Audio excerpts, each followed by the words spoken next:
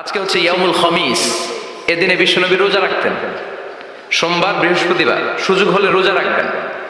যারা রোজা রাখবে তাদের জন্য ইন দ্য ডে অফ জাজমেন্টে আল্লাহ স্পেশাল একটা গেট বানাবে জান্নাতে ঢোকার জন্য।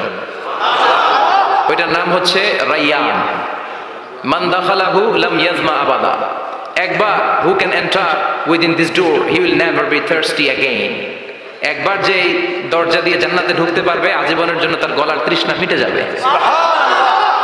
তো এই রাইয়ান দরজা দিয়ে ঢুকতে হলে আমাদেরকে মাঝে মাঝে সুন্নাত নফল রোজা রাখার অভ্যেস করতে হবে। রাজি আছেন তো? অনেক মুরব্বীরা রাখতে চায়, তো রাখতে চায় কিন্তু নিয়ম জানে না। অনেকে শুধু শুক্রবারে রোজা রাখে, এটা মাকরু। শুধু শুক্রবারে রোজা রাখা মাকরু, শুধু শনিবারে রোজা রাখা মাকরু। সুন্নাহ হচ্ছে সোম আর বৃহস্পতিবার। বিষ্ণু সোমবার রোজা রাখতেন। সুইলা আন ইয়াউমিল ইসনাইন, নবীকে জিজ্ঞেস করা হলো, নবী সোমবারে রোজা রাখেন কেন? বিষ্ণু বলেন, ফিহি উলিদতু, এদিনে আমি জন্মগ্রহণ করেছিলাম, তাই শুকরিয়া স্বরূপ রোজা রাখি।